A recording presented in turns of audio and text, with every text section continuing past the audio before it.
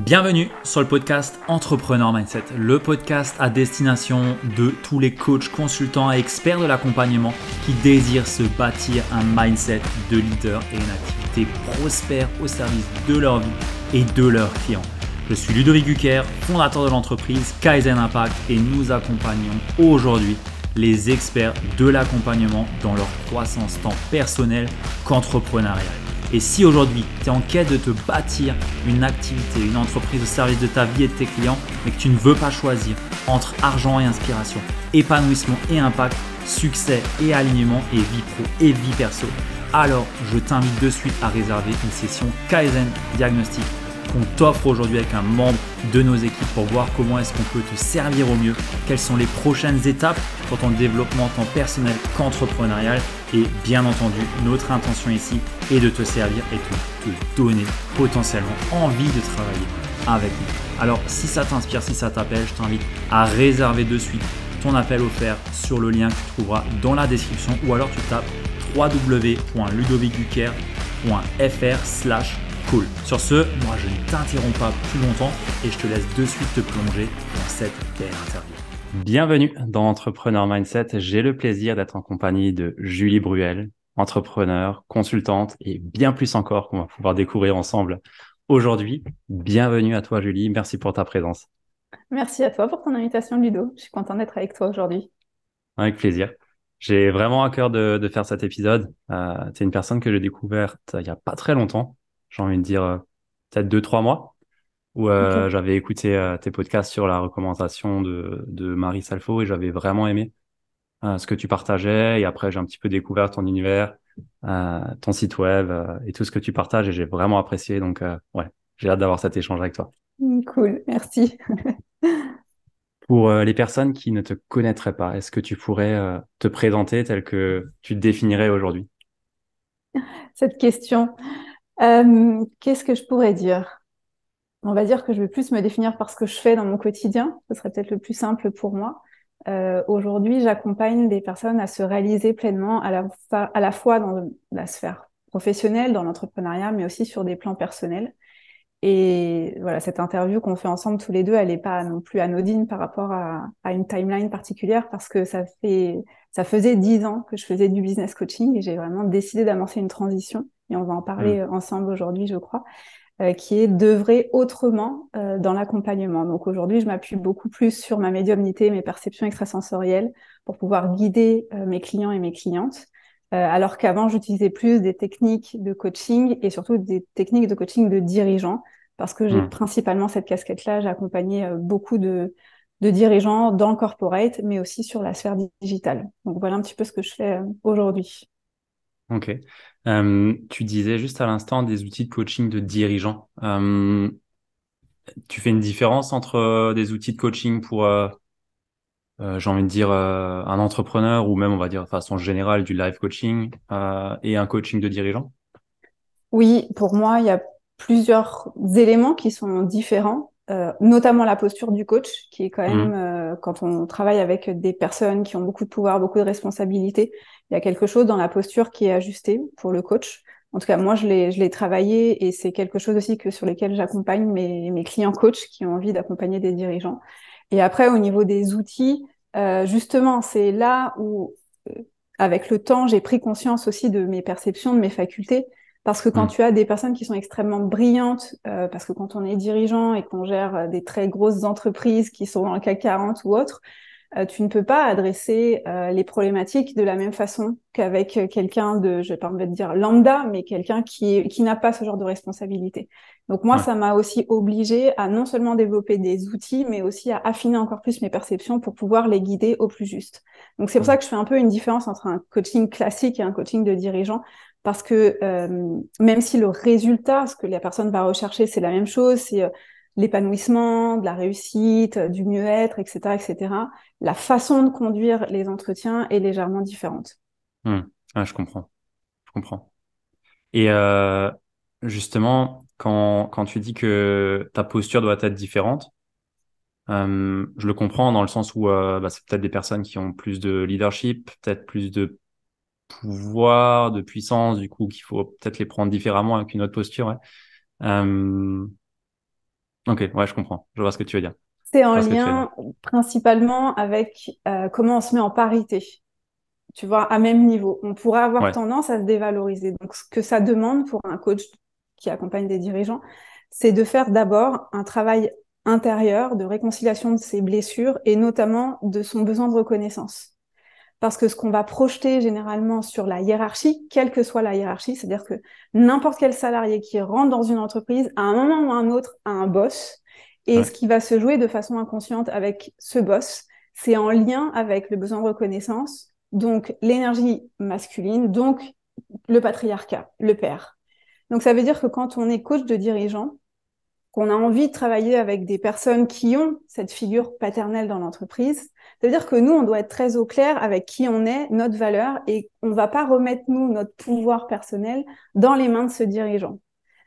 Et donc, c'est tout ok. ça qui se joue, en fait, dans la relation de coach de dirigeant à dirigeant. C'est comment est-ce que, peu importe qui est la personne, même si elle est très connue, même si elle a beaucoup d'influence, même si, Hmm, tu arrives en coaching et tu te sens d'égal à égal, ouais, même si jamais tu vas atteindre les résultats que la personne a obtenus dans sa vie, parce que tu n'es pas là pour ça.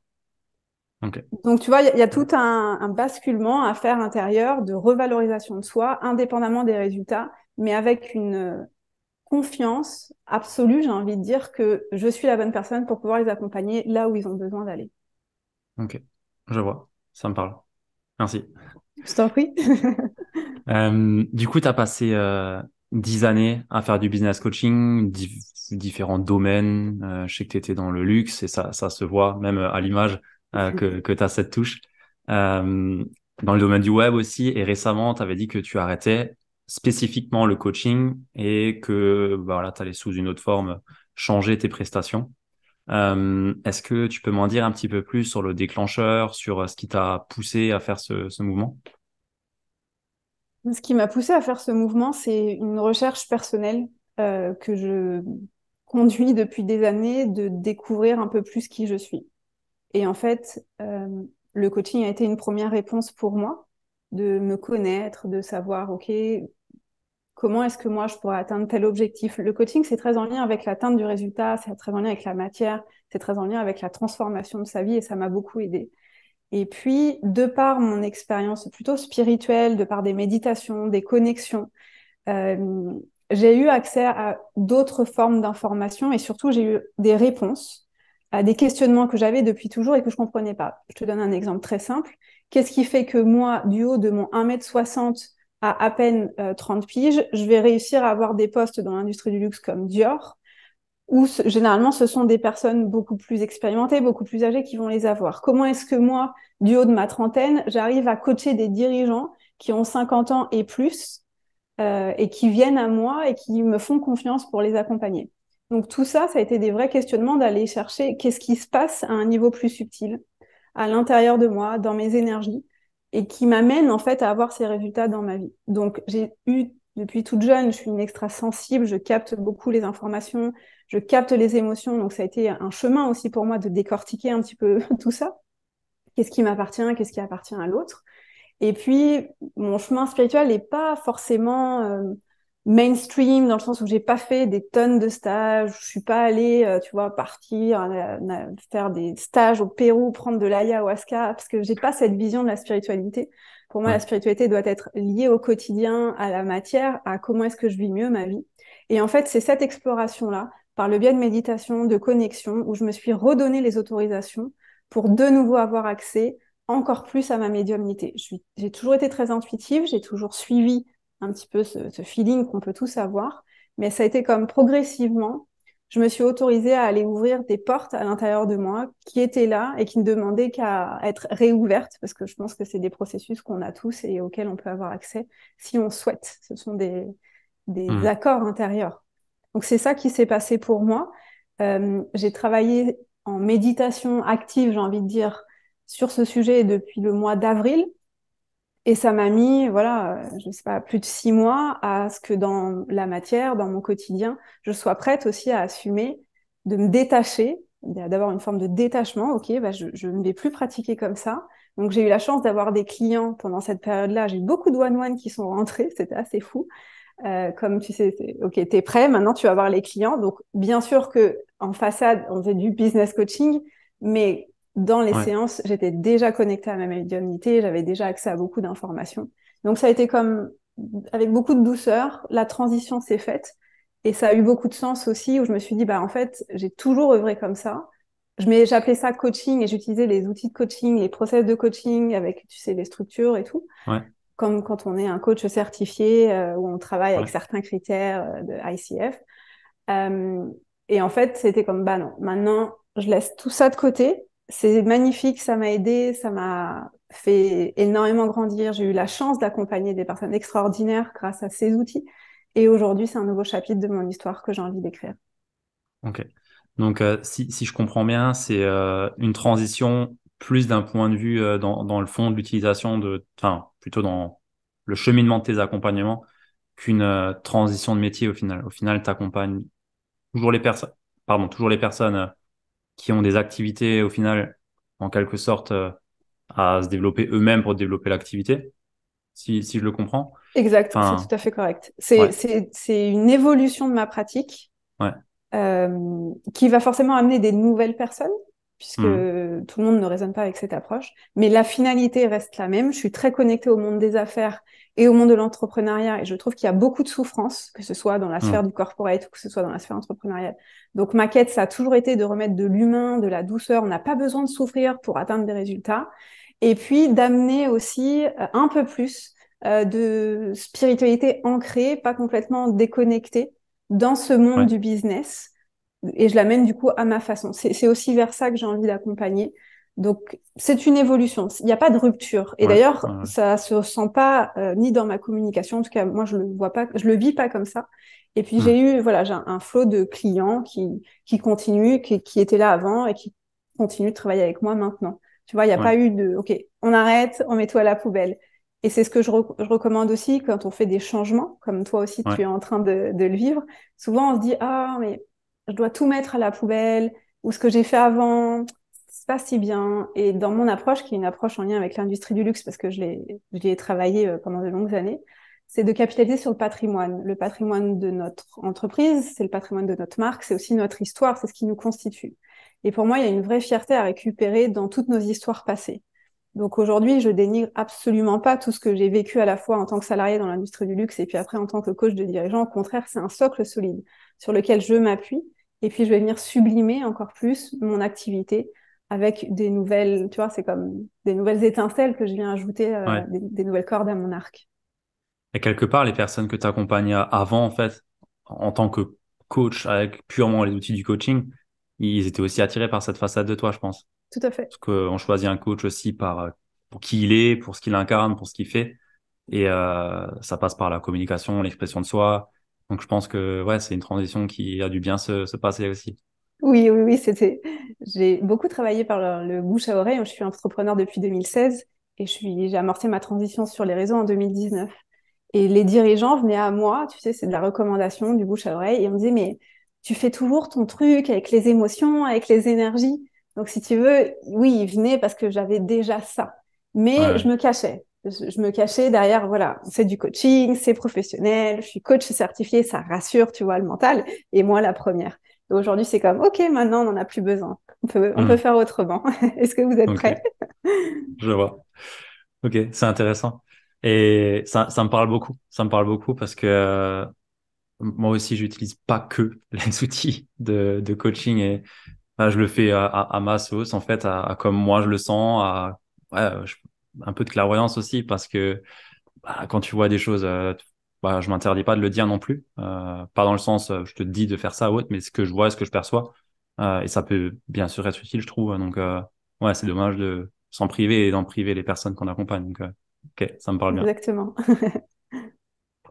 Euh, Julie, j'ai aussi écouté du coup tes épisodes de podcast, ceux que tu as sortis, tu en as sorti trois de mémoire, et tu parles un petit peu d'une industrie de business quantique, énergétique, je ne saurais pas comment l'appeler de façon générale, mais une industrie où tu as été dedans aussi du coup. Et ouais, je vois énormément de personnes graviter autour de ces modèles, presque des ouais, des personnes d'influence, j'ai envie de dire des gourous presque, quand on peut lire certains posts. Et je voudrais savoir un petit peu comment est-ce que toi, tu as fait pour sortir de ces influences, comment tu as fait pour te détacher de ça et justement te rendre compte qu'il y a peut-être quelque chose qui cloche en fait dans ce business model.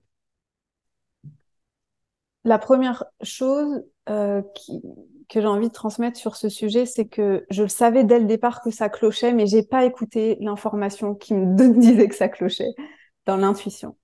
Donc, je pense que j'avais besoin de le vivre, notamment pour pouvoir permettre aussi à d'autres personnes qui sont rentrées dedans d'en sortir, d'avoir les clés. Ok.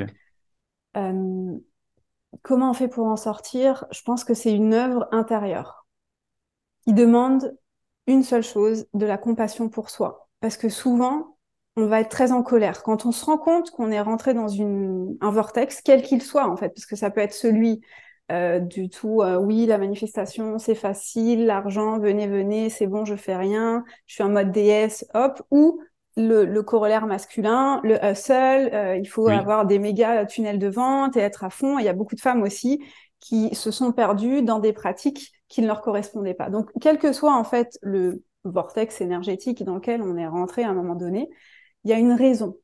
Il y a Hmm. quelque chose à l'intérieur de nous qui nous a attirés. Donc, c'est ça qui est intéressant de regarder, c'est qu'est-ce qui a été attiré à l'intérieur de moi et pourquoi j'y suis allée. Et souvent, l'humain va chercher un bouc émissaire. Il va Ouais. dire, bah, en fait, je vais mettre ma responsabilité à l'extérieur et c'est de la faute du coach, c'est de la faute du marketing, c'est de la faute de, etc., etc. Et donc, ça génère beaucoup de colère. Et Ouais. en fait, pour moi, le premier mouvement, il est de, voilà, il y a l'autre et puis il y a moi. Et comment est-ce qu'en fait, je vais juste contempler comment je suis en colère contre moi-même d'abord, d'avoir fait confiance à ces coachs, à ces mentors, à ces gourous, à ces guides, peu importe. Et c'est ça le cœur du sujet, c'est comment je remets de la douceur dans ce processus et comment je retombe en amour, en accord avec moi-même et comment je remets de la compassion pour moi, de me dire, bah voilà, oui, je me suis fait attraper, il y a des raisons, je vais avoir des apprentissages grâce à ça, mais d'être en colère contre ces gens-là, c'est juste un leurre parce qu'en fait, je suis en colère contre moi, d'avoir Hmm. fait confiance et plus je suis en colère, plus je continue de nourrir le vortex. Tu sais, c'est les balanciers énergétiques dans physique quantique, c'est démontré. Quand tu es en colère, tu continues de nourrir en fait la forme énergétique. Donc Ok. ça prend du temps. Ça prend du temps de juste reconnaître qu'à un moment donné, ben, on s'est perdu et c'est OK. C'est OK de se perdre parce que parfois c'est ce qui nous permet d'encore mieux nous retrouver. Donc moi, je mets beaucoup de compassion et beaucoup d'amour sur ce processus, d'abord envers soi-même. Et je regarderai pas tant les autres parce que dans ma façon de vivre le monde, je me dis que chacun fait quand même de son mieux Hmm. et que tout le monde n'est pas avec les meilleures intentions, mais ça part aussi d'un espace blessé de la part de ces personnes-là parce qu'elles ont peur de manquer d'argent, parce qu'elles ont besoin de reconnaissance, le pouvoir, parce qu'elles ont besoin de quelque chose qui manque à l'intérieur. Donc si j'arrive à voir ça chez l'autre, je vais peut-être plus facilement aussi pouvoir le reconnaître chez moi. Et si j'ai de la compassion pour l'autre, alors je vais pouvoir moi m'offrir cette compassion à moi-même. Hmm. Donc c'est comme ça que j'en suis sortie. Euh, et je suis restée dans cet accompagnement où c'est le podcast numéro 3 où je dis que j'ai remis mon pouvoir dans les mains de cette coach et j'en prends totalement la responsabilité.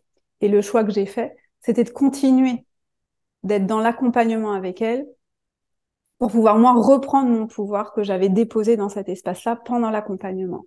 Ça, pour moi, D'accord. ça a été le muscle qui m'a permis de vraiment m'en sortir et de me remettre justement en parité avec elle, son influence et son réseau et de bien sortir. Mais Hmm. souvent, quand on a mal, on coupe Ouais. et on veut s'en distancier. C'est humain. Et Ouais. ma proposition pour les personnes qui sont dans des relations toxiques, parce que ça peut se retrouver aussi dans le couple, ça peut se retrouver quand on est salarié, c'est pas forcément de couper, mais c'est de ressentir. Oui, ça fait mal. Oui, on met notre pouvoir à l'extérieur à certains moments. Oui, on a pu se faire manipuler. C'est OK. Le principal maintenant, c'est de s'en rendre compte. Et c'est juste de, voilà, revenir à soi et s'accorder ce baume. C'est comme un miel qu'on va mettre sur une blessure pour pouvoir, voilà, se pardonner, en fait. Et se dire, OK, j'ai grandi et je me suis fait avoir une fois. Il n'y aura pas deux fois. Et Ouais. pour moi, c'est ça qui fait qu'on est fort de ce qu'on vit chaque instant. Hmm. Ah, c'est intéressant ce que tu dis et je pense que ça peut parler à beaucoup de personnes là-dedans qui peuvent se reconnaître justement dans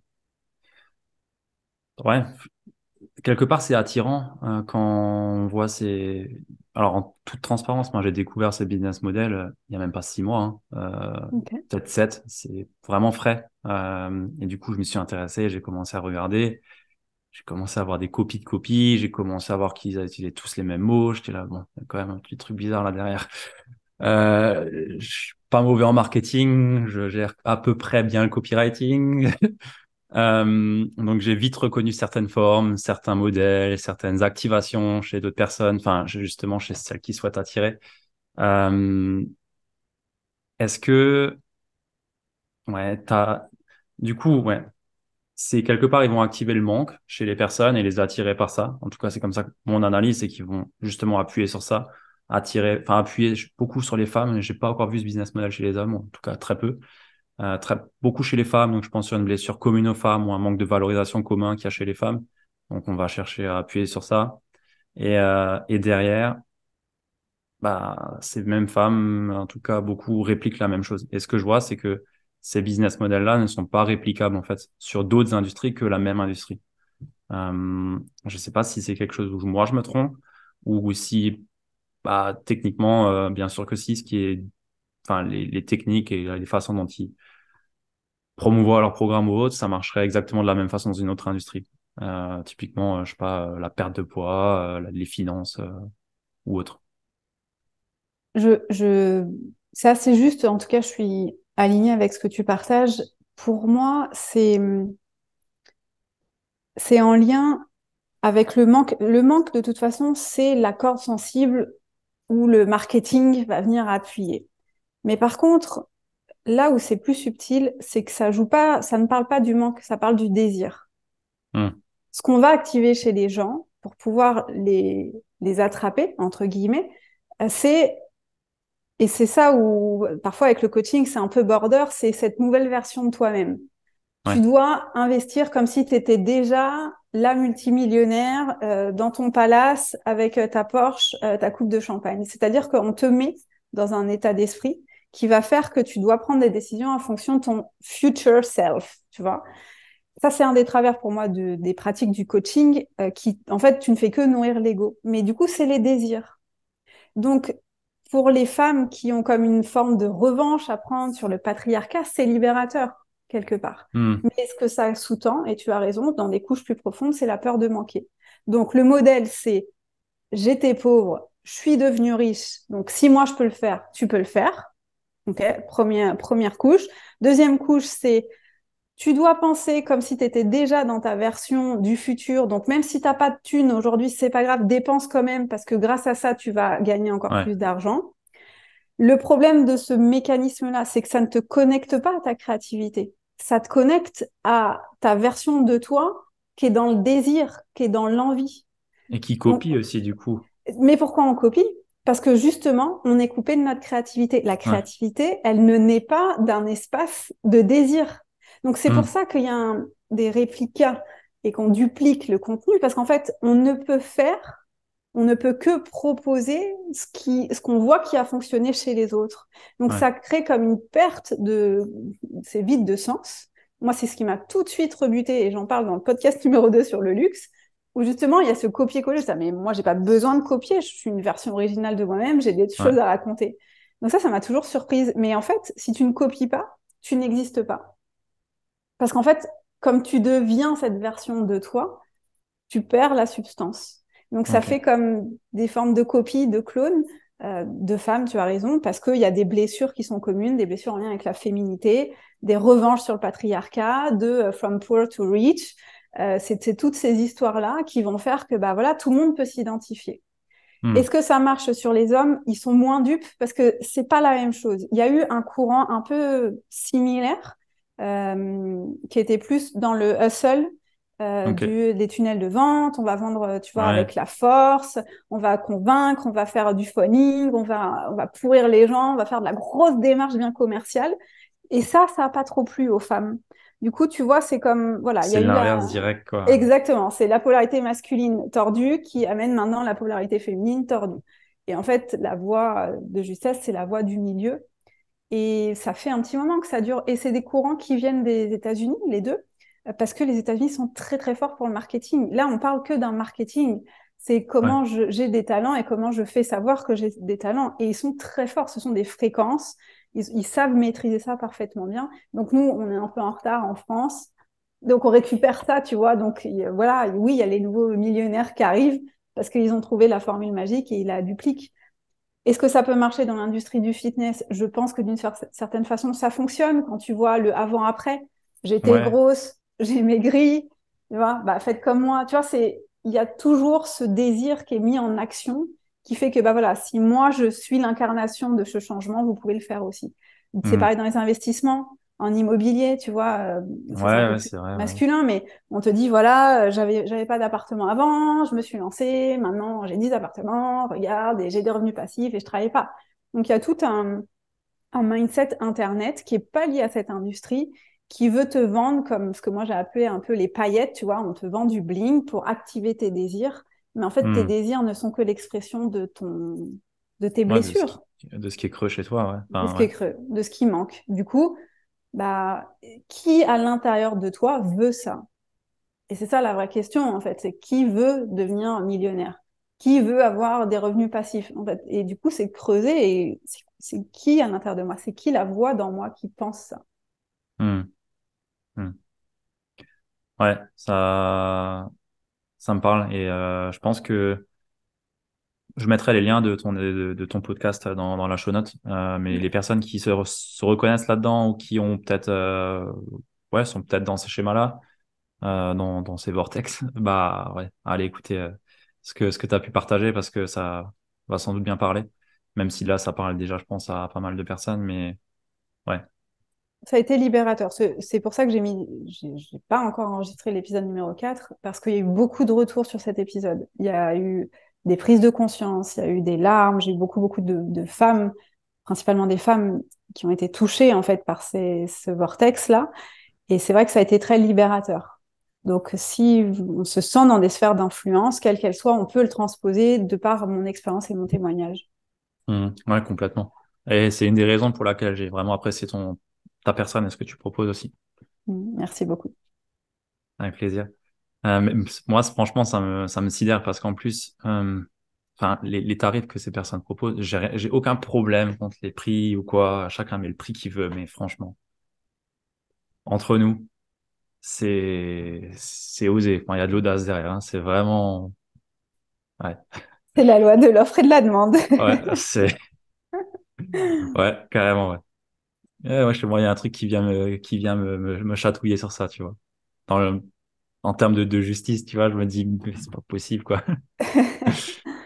Après, c'est aussi des techniques en lien avec le marketing de luxe. Et Ouais, c'est bien aussi sûr. pour ça Tout est, ouais, bien sûr.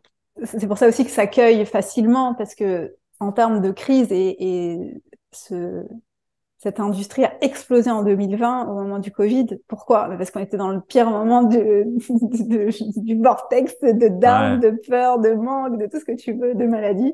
Et les gens ont eu peur. Et en fait, l'industrie qui est refuge, ça a toujours été, ça sera toujours, c'est ouais, l'industrie du luxe en période de crise. Donc, c'est aussi une tendance de capitaliser sur une nouvelle forme de luxe ouais, qui amène les paillettes et l'image, tu vois. Donc, ouais. voilà. C'est bien joué, honnêtement. Et moi, enfin, franchement, j'ai aucun problème avec les personnes qui sont derrière ces industries. Quelque part, elles sont malignes. Enfin, malines, malin. C'est bien joué. D'un point de vue entrepreneurial, honnêtement, bah, Ah, c'est bien fait. c'est Et bien rodé, ça c'est... part d'une bonne intention, comme tu as pu le dire. Je suis aussi Oui, partisan de cette pensée-là. Elles font les choses bien comme elles le pensent pour elles et comme elles le pensent pour les autres. C'est pas dans l'intention d'arnaquer ou quoi, mais pour autant, non, bah, certaines personnes peuvent y aller pour les mauvaises intentions, justement. tout à Et fait. ouais, c'est ce qui est important de garder en conscience que on reste maître de nos responsabilités et c'est pas parce qu'on rentre dans un programme dit, voilà, qui peut nous faire miroiter des choses que, bah, pour autant, la responsabilité, elle est chez eux maintenant. En fait, non, c'est toi qui as ta responsabilité et c'est à toi de co-créer ce que tu veux avec toi et toi, en fait. Exactement, exactement. C'est important de le rappeler. Merci pour ça. Ouais. Ok. J'ai envie de te demander un petit peu, avec du recul, maintenant ça fait 10 ans que tu es dans l'industrie de l'accompagnement et du coup depuis 2016 pour ton compte. Quels ont été un petit peu pour toi les facteurs qui font qu'aujourd'hui tu en es là? Qu'est-ce qui a fait que bah voilà, tu es résiliente, que tu as, on va dire, roulé ta bosse, parce que 2016, ben, c'est quand même déjà, on va dire, dans les personnes âgées, entre guillemets, du domaine, tu vois. Qu'est-ce qui a fait qui je suis, même si c'est peut-être, ça pourrait surprendre par rapport au message que je peux amener aujourd'hui, mais je suis quelqu'un d'extrêmement déterminé. Et je pense que quand on me ferme une porte, je vais toujours trouver une fenêtre pour rentrer. Ça a toujours fait partie de ma personnalité. C'est ça qui m'a permis de faire les études que j'ai faites, de rentrer dans l'industrie du luxe et je pense d'avoir aussi les jobs que j'ai eus et les magnifiques propositions et les merveilleux clients. C'est qu'à la fois, je sais où est-ce que j'ai envie d'aller parce que j'ai un drive intérieur très fort. J'ai une très très grosse capacité de travail, donc même si aujourd'hui je travaille beaucoup moins qu'avant, mais j'ai une force de travail qui fait que j'ai pas peur de passer à l'action. Euh, c'est ok pour moi de me tromper parce qu'il n'y a pas d'échec, il y a que des apprentissages. Donc je préfère me tromper Hmm. vite et me tromper plein de fois, mais au moins j'apprends. J'ai pas peur de me lancer, tu vois. J'ai testé plein de choses dans mon business en ligne parce que avant je travaillais avec le bouche à oreille. Donc, Ouais. hormis l'inconfort d'être devant des dirigeants, des comités de direction, et ça peut être très inconfortable de faire mes propres séminaires, d'être chahuté, tu vois, comme on peut l'être par des personnes dans le monde du corporate. Pour moi, c'était hyper confort. Mes premières années d'entrepreneuriat, mon chiffre d'affaires, j'ai fait les 100K, je sais même pas comment je les ai faits. Enfin, j'ai jamais voulu ces résultats que j'ai eus, en fait. Mais c'est juste que pour moi, j'estime que j'ai des compétences, j'ai des talents, j'en ai conscience. Et ça aussi, tu vois, c'est une valorisation de soi. Et Hmm. quand c'est plus OK pour moi, c'est plus OK. Donc, j'ai dit non beaucoup de fois dans ma trajectoire. J'ai dit non à L'Oréal, j'ai dit non à Dior, j'ai dit non à des clients. J'ai dit non à beaucoup de monde pour pouvoir me dire oui à ce qui était juste pour moi. Et ça fait grincer beaucoup les dents. Les gens sont pas trop contents, la famille peut-être pas trop non plus. Mais en fait, je vis pour moi. C'est ma vie, c'est ce qui est important pour moi. Et aujourd'hui, ma boussole, c'est ma justesse. Hmm. Ça serait peut-être la dernière chose, c'est qu'est-ce qui est juste pour moi de vivre. Euh, Est-ce que je suis toujours dans un endroit où je me sens dans ma réalisation personnelle, dans ce que je suis en train de faire? Et Ok. ça vient avec l'intuition. Donc, il y a à la fois beaucoup de détermination, beaucoup de passage à l'action, et en même temps, j'ai toujours été très guidée aussi vers ce qui me semblait être le bon chemin pour moi. Hmm. Ouais. C'est bien de le noter, parce que quelquefois, justement, tu vois, on peut se dire, bah, c'est facile pour Julie, ça, c'est fluide, ça coule, par rapport à ce qu'on peut voir, en fait, par rapport à la communication que tu peux avoir ou autre. Et ben, pour avoir vu beaucoup d'entrepreneurs sur ce podcast maintenant, euh, c'est un facteur qui revient souvent. C'est bah, la détermination, c'est le travail, c'est justement quand on sait qu'on veut quelque chose et que c'est juste pour nous, ben on y va et on va passer par les 10 chemins qu'il faut. S'il faut prendre 10 chemins, on les prendra quoi qu'il arrive, quoi, en fait. Et c'est important de le souligner. Et, ouais, ça met aussi un peu de lumière sur ce qui est réellement, en gros, ce qui fait réellement, en fait, qu'on peut tenir, qu'on peut réellement réussir, qu'on peut réellement avancer. Ok, tu l'as peut-être dit au début. Tu as fait rapidement 100K, tu sais pas trop comment. Ouais, il y a du travail derrière aussi. Sinon, il serait pas arrivé non plus dans la main. Mais ouais, c'est J'ai un. j'ai- j'ai travaillé sur mon expertise. En fait, je pense que contrairement à beaucoup d'entrepreneurs, comme moi, je n'étais pas sur les réseaux, la seule chose que je pouvais travailler, c'est comment je peux être une coach d'excellence et amener des résultats extraordinaires à mes clients. Et en fait, ça a été, comme c'est ma passion, tu vois, je m'appliquais les outils à moi, à l'école de coaching, j'étais la meilleure élève, en même temps, j'étais salariée, donc tu vois, c'était comme, ok, mais c'était ce qui me nourrissait. Donc, j'ai pas cherché à être autre chose que ce que je suis, en fait, et j'ai juste suivi ce qui me passionnait. Et pour moi, c'était le coaching et le coaching de dirigeants et travailler dans des grosses entreprises et accompagner, en Hmm, fait, la transformation. Donc, c'est aussi mettre son focus au bon endroit. Et il y a beaucoup d'entrepreneurs, et surtout quand on est en ligne, où on va se perdre. Et ouais. pour moi, j'ai jamais vécu l'entrepreneuriat comme étant difficile. La seule période qui a été difficile pour moi, c'est quand je suis arrivée sur les réseaux. Parce qu'en fait, tu as tellement d'informations contradictoires que tu oublies ta propre guidance de ce qui est bon pour toi. Donc pour moi, l'entrepreneuriat, Ça a été plus facile pour moi d'être entrepreneur que d'être salarié, parce qu'en fait, j'ai suivi ce qui me semblait être mon chemin. Mais la période la plus difficile, ça a été 2019-2020. Parce que pour moi, t'as tout, c'est la jungle. Internet, c'est une jungle. Et Ouais. t'as tout et son contraire. Et t'as quelqu'un qui va dire, il faut poster tous les jours. Quelqu'un qui va dire, non, ne poste pas tous les jours. Quelqu'un qui va dire, fais des lives, fais des vidéos, fais des podcasts, fais des... Ok, mets-toi, t'es corporate, va sur LinkedIn. Et puis en fait, j'étais sur Instagram, puis après je suis allée sur Facebook, et puis après...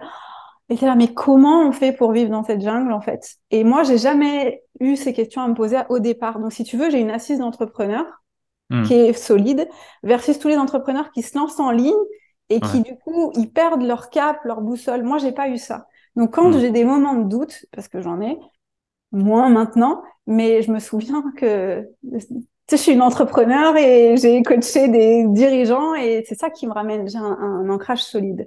Il faut pas Ouais. oublier aussi qu'Internet, c'est dur, c'est difficile. Mais justement, tu disais en 2019-2020, quand tu es arrivé sur Internet, c'était la jungle. Comment tu as fait justement pour débroussailler le chemin qui était juste pour toi? Ah, bah, j'ai cherché des coachs, j'ai cherché plein de coachs et j'ai arrêté plein de coaching parce que non, non, non. J'ai pris un coach en janvier 2019, une femme, et j'avais pris, c'était mon premier coaching high level, tu vois, j'avais payé 18 000 euros. Donc pour Ah moi, je ouais. sortais, tu vois, c'était pas rien, hein, c'était mes premières années 2019, oui, ça faisait 3 ans que j'étais entrepreneur. Et du coup, voilà, elle avait fait un TEDx, elle avait un super site internet, elle n'était pas hyper populaire, mais tu vois, il y avait, et moi, ça m'inspirait, je suis hyper à l'aise en prise de Mhm. parole en public, j'ai fait des plénières et tout ça, des séminaires, donc ça me parlait beaucoup. Et dans ma tête, c'était, je veux faire mon accompagnement avec elle, ça a duré 9 mois, et pour moi, j'étais convaincue que pendant ces 9 mois, j'allais sortir mon site internet. J'étais toujours dans du corporate coaching. Mais elle, pour elle, elle avait décidé que non. Elle avait décidé qu'en fait, il fallait d'abord qu'on fasse l'accompagnement et que je sortirais mon site internet après. Et pour moi, tu vois, ça a été les débuts de me dire, mais attends, d'où un coach, il m'empêche, entre guillemets, de faire ce que j'ai envie de faire. Donc, j'ai arrêté le coaching et j'ai dit fuck et je suis allée chercher quelqu'un pour développer mon site internet. Et la fin de l'accompagnement que j'avais arrêté, qui était en décembre, le 4 décembre, j'ai sorti mon site internet. Tu vois, comme, tu vois, je peux le faire. Donc, comment j'ai fait? J'ai testé, j'ai expérimenté, j'ai passé des entretiens et après ma boussole, c'est je le sens pas. Et il y a plein de personnes, j'étais comme, mais non, c'est pas des coachs, ils vendent du rêve, ils vendent du marketing, ils te font Ouais. des appels de vente, ils essaient de te refourguer leur truc, mais Hmm. derrière, c'est du bullshit en fait. Donc ça, j'ai tout de suite été très très lucide sur ce que les gens vendaient et j'ai fait aussi des mauvais investissements. Je me suis trompée, mais c'est ce qui m'a permis aussi de naviguer quoi. Donc Ouais. beaucoup d'intuition et beaucoup d'erreurs. Ok. Bon. Ouais, on en a tous on en fait tous des erreurs. Oui, c'est ok. Et c'est ok. Ouais, c'est ok. Ouais. C'est parfait comme ça. Ok. Euh, Avec un peu de recul, du coup, on va encore prendre du recul sur tes Oui, années. Qu'est-ce qui a été le plus compliqué pour toi dans ton parcours entrepreneurial? Et du coup, bah, s'il y a quelque chose qui a été réellement compliqué, qu'est-ce que tu as pu en tirer? je pense que ce qui a été le plus difficile pour moi, donc mon arrivée sur les réseaux sociaux, parce que j'étais pas sur Internet. Donc pour moi, ça a été quand même très très violent Hmm. d'arriver, je pouvais pas poster. J'avais peur de faire un post, pour te dire.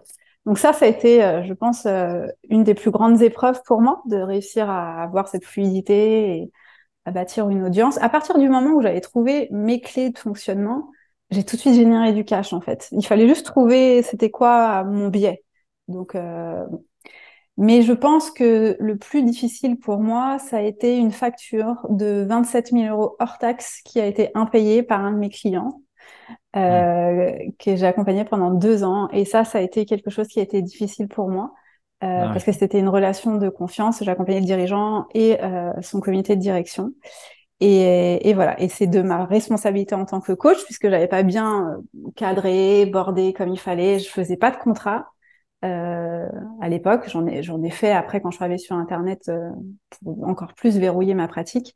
Mais voilà, donc je me suis assise sur 27 000 € hors taxe, et ça a été difficile pour moi parce que c'est des clients que j'aimais beaucoup, du coup je me suis énormément investie.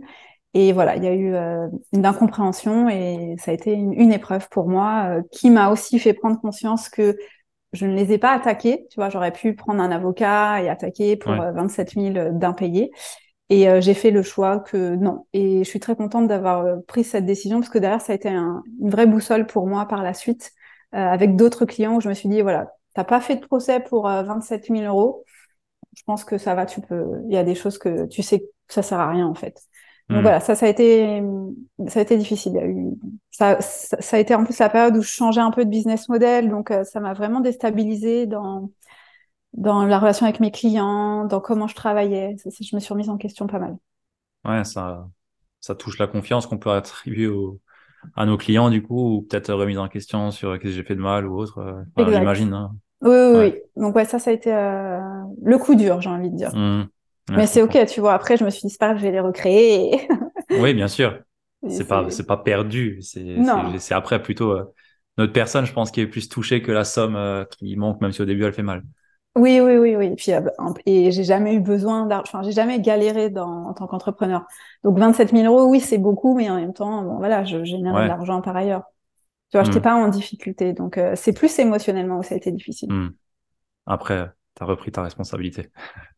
Non, je m'en suis voulu, tu vois. Là, j'ai pas été Ouais. douce avec moi. J'étais très Ok. fâchée contre moi. Non, non, c'était une période où je m'en suis voulu à moi-même. Hmm. Eux, c'est normal, tu vois. J'ai envie de dire business is business. Il y a une faille. Je comprends, ils sont pas 100% intègres, c'était ma responsabilité de cadrer, tu vois, c'est moi qui amène un deal et c'est pas, et je l'ai pas abordé jusqu'au bout, c'est de ma responsabilité. Hmm. Ok. J'ai envie de te demander un petit peu tes sources d'influence et d'inspiration, pardon, sur ton parcours entrepreneurial. Est-ce que tu as de, ouais, des personnes qui vraiment, pour toi, ont été super importantes, qui ont vraiment joué un rôle pour toi? Ah, j'ai envie de dire peut-être une femme qui m'a beaucoup inspirée quand j'étais salariée, qui m'a aidée en fait dans cette forme de shift pour basculer dans l'entrepreneuriat, c'est Lilou Massé, qui à l'époque Ah ouais. commençait, tu vois, sur YouTube, faisait ses vidéos, j'étais à ses débuts, un peu dans la même veine, David Laroche, qui commençait Hmm. aussi avec ses vidéos, c'est Wake Up Call. Donc c'est deux YouTubers en fait qui ont semé la graine de l'entrepreneuriat, c'est possible, tu vois. Ouais. Parce que quand tu es coach et que tu es formé au coaching et que tu es coach en interne, que enfin ça fonctionne, tu dois apprendre un autre métier, c'est l'entrepreneuriat. Ouais, clairement, ouais. Et du coup, en France, donc oui, je connaissais les grands coachs, tout ça, mais comment tu arrives à le ramener dans quelque chose qui est tangible? Donc ces deux personnes, non pas que j'ai suivi des préceptes, mais en tout cas ont été des sources de, ok, eux, ils vivent de leur passion, en tout cas, ils essayent, parce qu'au début, ils réussissent, c'est pas vraiment. Ils essayent, et moi, ça m'a inspiré. Donc je dirais que ces deux personnes-là ont été motrices pour moi dans la bascule que j'ai faite du salariat à l'entrepreneuriat. Et après, ce qui berce plutôt mon quotidien aujourd'hui, c'est plus des sources extérieures. Je suis très influencée par l'industrie du luxe, mais du côté créateur.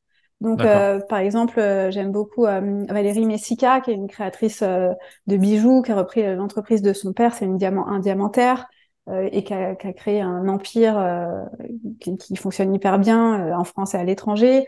C'est Balmain avec Olivier Roustin qui a repris la marque. Donc, je suis très inspirée par des personnalités qui ont un côté artiste et qui Hmm. s'affranchissent des codes existants pour créer des choses complètement en rupture. Tu vois, j'ai vu que Balmain et Estée Lauder allaient créer un partenariat. Ça m'intéresse parce que c'est une industrie dans laquelle j'ai évolué. Donc ça Hmm. m'inspire. Je suis très inspirée aussi par toute la communauté des transgenres. Par exemple, j'aime beaucoup Meryl B, j'ai lu son livre. Euh, Ces personnes qui ont le courage de s'assumer pleinement et de faire des changements radicaux, comme des changements de corps, pour suivre en fait un appel intérieur. Donc c'est plus en dehors de l'industrie du développement personnel, plus des personnalités un petit peu atypiques, qui ont des vrais partis pris, qui ont des vrais messages à faire passer. Et puis après, mes influences, elles sont très en lien avec le bouddhisme, euh, ouais, tout ce qui est hindouisme, bouddhisme. C'est vraiment là où je vais chercher aussi, moi, des sources d'informations que je remixe, bien sûr, avec quelque chose de plus contemporain. Mais j'ai Ouais. un travail qui est très dans la recherche de ce que je ressens et j'essaie d'aller trouver des textes, des réponses de personnes qui ont fait le chemin avant moi, de sages, et de me dire, ah ok, c'est ça que je ressens et du coup, c'est ça que je peux traduire. Tu vois, c'est aller chercher un Ouais. petit peu ces repères. Et ça me nourrit énormément. Ok. Donc, Intéressant. Ouais, donc très éloigné. Mon feed Instagram n'est pas rempli de coachs parce que pour moi, tout le monde raconte la même chose. Mais Et voilà, c'est très bien comme ça, hein. ouais, plutôt voilà, des personnalités qui sont pas forcément très connues, mais qui ont des vraies choses à dire. Après, j'ai un côté assez disruptif aussi dans mes messages, même si je les amène avec beaucoup de douceur, et ça m'inspire beaucoup. J'aime beaucoup Idriss Aberkan aussi, par exemple. Je suis pas d'accord avec tout ce qu'il va communiquer, mais j'aime les personnalités qui osent prendre la parole et dire ça, je suis pas d'accord. Ouais. Et moi, ça m'aide. Et même si je suis pas d'accord avec tout ce qui est dit, c'est pas grave. Tu vois, je suis pour cette liberté d'expression, liberté de parole et liberté d'être. Hmm. Donc les personnes qui justement ont un parti et qui l'assument et qui portent leur message, c'est ça que je retiens Ouais. là. Et qui vont jusqu'au bout, tu vois. Oui. Une Meryl qui sent que depuis qu'elle est enfant, c'est une femme alors qu'elle a un corps d'homme. Tu vois, c'est comme, waouh, et elle a écrit son livre et c'est tellement de souffrance et c'est ces transformations physiques et du coup, c'est comme, waouh, ça m'inspire, tu vois, Hmm. je me dis, ok, bah, moi, j'ai pas la même histoire, mais d'une certaine façon, je comprends, tu vois, ce cri, ce besoin de sortir d'un conditionnement, de comment on est bloqué et ça mène jusque dans la matière, tu vois, il y a une incarnation après. Hmm. Ok, je vois, je vois. Euh, et j'ai envie de te demander ton meilleur achat ou investissement à moins de 100 euros. Mon meilleur investissement à moins de 100 euros. Hmm, c'est une très bonne question.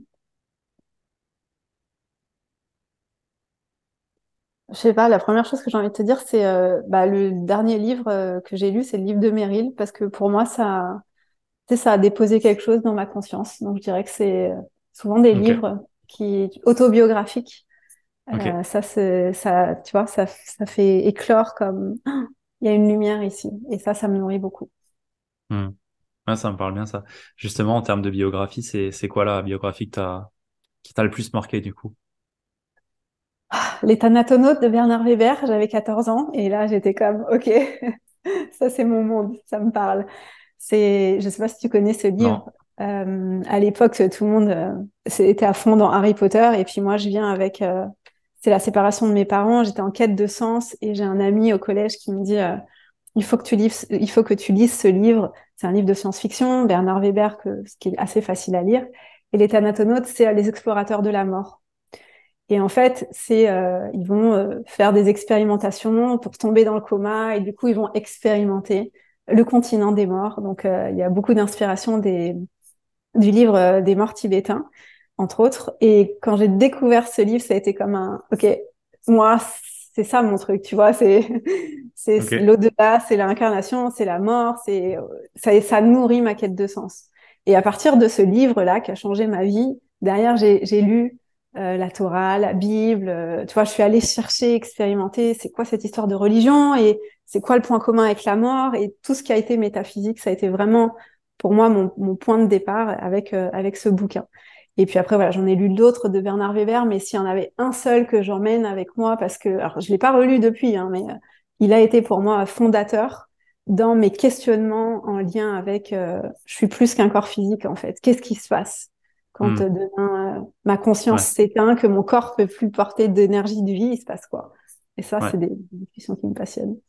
Ok. Intéressant, j'irai voir ça. J'ai jamais cherché de livre dans ce domaine-là, mais je lis toujours deux, trois livres en parallèle, donc je pense que Ok. il y a peut-être de la place pour un livre comme ça. C'est de la science-fiction. Je Ouais, t'avoue, mais justement, je l'ai j'aime pas pas. relu. T'aimes pas la J'aime. science-fiction? Non, je suis pas trop fan. Ok. C'est pas le genre de lecture où je plonge vraiment dedans, mais pour autant, j'ai toujours cherché un bon livre de science-fiction. Je me dis, j'aimerais quand même en trouver un une fois, quoi. Ah, donc, bah, ça sera peut-être lui. Peut-être. Tu me tiendras au courant. Ouais, avec plaisir. Et du coup, c'est une bonne transition pour parler j'ai envie de dire de mort. Euh, Si, admettons, il restait plus rien de Julie, plus de formation, plus d'articles de blog, plus de magazines, plus rien, vraiment plus rien. Mis à part trois choses. Mhm. Trois phrases, pardon, ou trois croyances. Quelles seraient-elles? Je pense que la première chose, j'entends mes mantras de méditation qui m'ont fait beaucoup travailler. C'est Le premier, c'est je mérite l'amour, le bonheur, l'abondance. Ça, ce serait Ok. la première phrase. La deuxième, c'est que j'ai bien vécu ma vie. Et la troisième, c'est je suis une grande lumière. Et ça, je peux te dire que cette phrase, elle me fait travailler chaque jour quand je travaille sur ma conscience. Et on a tous une part de lumière en nous et ça serait de se souvenir que quand il n'y a plus rien, c'est ça qui reste. Donc, ça serait ça mes Ok. trois phrases. C'est très spirituel. Ouais, j'aime bien. Ok. La dernière me parle. Hmm. Merci. Euh, Est-ce qu'il y a une question que je ne t'ai pas posée et que tu aurais aimé que je te pose aujourd'hui? Alors, j'étais venue sans aucune attente, comme bien souvent, juste l'intention de passer un bon moment avec toi et d'apprendre à te connaître et à échanger aussi off record. Est-ce qu'il y aurait une question? Mais non, c'est moi qui ai une question pour toi. Comment est-ce que toi, tu te sens dans cette interview avec moi? Bien, franchement. Franchement, je me sens bien. J'ai bien aimé l'échange qu'on a. J'aime bien la transparence que tu peux amener et surtout le discernement dont tu peux faire preuve aussi. Je trouve que c'est intéressant. Pas tout le monde est capable de faire preuve de discernement comme tu le fais. Je m'attendais à ce que tu en aies par rapport au podcast que tu as pu sortir. Mais ouais, je suis content. J'ai bien aimé l'échange. Je pense que je vais en le remixant, enfin le travaillant, je pense que je vais prendre du plaisir à le réécouter. Et ouais, je suis content de l'échange qu'on a pu avoir. Merci à toi. Bah, c'est le plus important pour moi et du coup, ça serait peut-être ça la question que tu aurais pu me poser, c'est quel est l'indicateur le plus important pour toi dans ce que tu peux réaliser? Ouais. Et, et du coup, tu vois, d'avoir passé ce moment ensemble tous les deux, euh, de me dire, voilà, bah, c'était cool, j'ai pu connecter avec Ludovic à un autre niveau, j'ai pu apprendre des choses sur toi. Et en fait, pour moi, c'est vraiment ça le cœur de ce que j'aime faire, c'est que grâce à cet échange que j'ai avec toi, moi, ça me permet de te connaître, mais ça permet aussi de me révéler. Hmm. Et c'est pour ça que je chéris autant le métier que je fais, parce que j'avais écrit quelque chose qui disait que ce sont nos clients qui nous révèlent, mais en fait, l'humain en face nous révèle. Et pour moi, c'est ça le plus important. C'est quand j'ai des échanges avec des personnes qui s'intéressent à ce que je peux proposer en toute humilité et qui ont envie d'en savoir plus. Et je suis toujours en train de me dire, voilà, est-ce que je me sens bien? Est-ce que je me sens comprise, accueillie, acceptée? Est-ce que je passe un bon moment? Est-ce que je suis à l'endroit juste pour moi? Et si les réponses c'est oui, c'est que, ok, là, je suis dans ma justesse, je suis dans quelque chose qui est dans une synchronicité, qui est résonnant pour moi. Et ça, c'est Hmm. abondant. Ouais. Et dans comment je vis ma vie aujourd'hui, je vais toujours chercher ça. Je vais toujours chercher, est-ce que je suis dans des moments qui me font du bien, qui me nourrissent, qui me régénèrent? Est-ce que je suis dans cette connexion à l'abondance? Tu sais, on a un peu parlé d'argent tous les deux Ouais. avec toutes ces manipulations de marketing. Ce que les gens recherchent, en fait, c'est de l'argent. Mais on peut avoir plein d'argent et pour avoir coaché beaucoup de multimillionnaires, je peux te dire qu'il y a beaucoup de gens qui ont beaucoup d'argent, mais qui se sentent vides à l'intérieur. Et pour moi, ma plus grande richesse, c'est voilà le moment qu'on a partagé ensemble. Et j'espère que les personnes de ton audience aimeront aussi ce moment. Parce qu'en fait, on est tous les deux vrais ou authentiques. Et dans cette rencontre, à un instant T, il y a une forme d'abondance, il y a une Hmm. générosité de cœur, il y a une écoute qui n'est pas que celle de l'écoute de la tête, mais il y a une écoute du cœur qui est très belle chez toi, qui permet aussi aux autres de se révéler, de se déposer. Et moi, c'est ça que je recherche, c'est ce qui fait la qualité des échanges que j'ai avec les personnes au global dans ma vie intime, mais aussi avec mes clients. Donc voilà, ça serait peut-être ça la question que tu aurais pu me poser. J'ai adoré ta réponse. Merci beaucoup. Avec plaisir. Julie, où est-ce on te retrouve? Comment est-ce qu'on entre en contact avec toi? Instagram, ça fonctionne bien. C'est comme ça qu'on a connecté ensemble, toi et moi. Ouais. Sinon, mon site internet, juliebrel.com, on peut te retrouver Ouais. dessus. Ok. Donc, Bah, je mettrai les liens facile. dans la description. Et d'ailleurs, Yes. ton site, il est très bien fait. Il est très beau. Vraiment, Ah, cool. j'aime bien. Et, Génial, euh, merci. et ouais, les articles que tu as écrits, sur la partie blogging aussi, je trouve qu'ils sont bien Ouais. écrits, je voulais te le dire. Ah, ok. C'est simple, mais l'idée, on la capte vite. Donc, ouais, les personnes qui ont bien aimé notre échange, je vous invite à aller voir la partie blogging ou la partie magazine. Je suis pas encore allé m'abonner, mais ça ne serait tardé, je pense. Donc, allez voir ça, c'est intéressant. Ah, merci, merci Ludo, ça me touche. Merci beaucoup. Avec plaisir. J'ai une dernière question. Oui, C'est celle que je pose à la fin à tous mes invités. C'est ok. qui est-ce qu'ils aimeraient bien voir passer après eux sur ce podcast? Ah, Gabriel Schiano, mon mari. Ah, chouette. Je suis pas du tout objective. Il n'y a pas de problème, hein, j'aime bien aussi ce qu'il fait. Donc, Ok, cool. Je pense que il a des choses à apporter à notre humanité dans la connexion entre la finance d'entreprise et la justesse, tu vois, de cœur. Et je hmm, pense qu'il a beaucoup de choses à dire et il pourrait être très bien dans ton espace et avec toi. Je pense que vous pourriez très bien connecter. parfait. Bah, je prendrai contact avec lui du coup. J'avais vu du coup ce qu'il faisait, mais je crois que je le connaissais avant de te connaître. C'est possible, oui. Bah. Ouais, ouais. Et Pourtant, il est moins sur. Il a eu plusieurs activités. Il n'est pas que sur Internet. hmm. Il est investisseur. Il a eu plusieurs entreprises. Et justement, moi je le connais sous la partie investisseur, je crois. Investisseur. Bah voilà. Bah, peut-être que ça peut être intéressant pour Ouais, d'échanger là-dessus super. avec lui. Bah, merci beaucoup pour ton temps. Merci pour d'avoir répondu à mes questions ouvertement comme ça. C'était vraiment chouette. Oui, Euh, pour les personnes qui sont encore là, bah, faites-nous savoir si ça a pu vous apporter quelque chose. Et bah, si vous avez des questions ou quoi, bah, entrez en contact avec nous. Ça sera avec grand plaisir. En tout cas, je parle pour moi et je pense que pour toi, ça sera aussi avec grand plaisir. Donc, tout à fait. super. Je vous dis au prochain épisode et merci encore à toi, Julie. Merci à toi, Ludo. Ciao.